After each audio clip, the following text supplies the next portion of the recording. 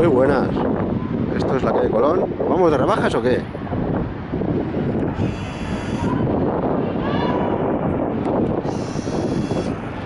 Pull&Bear, Corte Inglés. Pero aquí lo que realmente está chulo, chulo es la luna.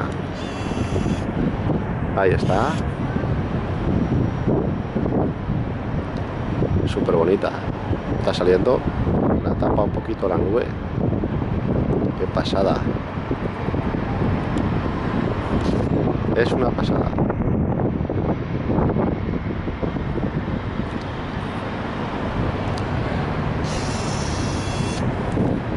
Valencia ya está haciendo de noche.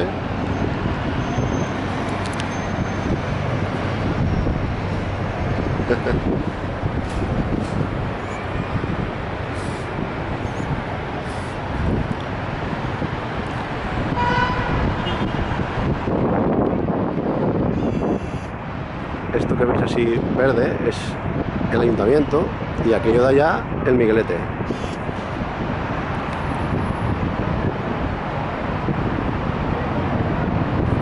Hay gente ahí también.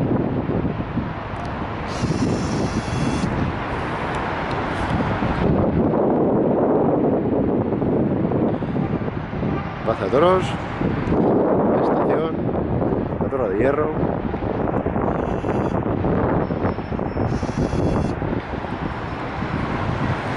Pero aquí lo bonito es la luna, ahí está.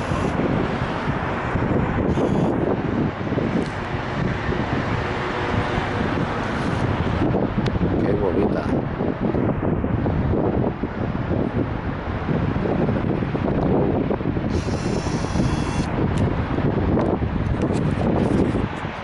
Bueno, chicos.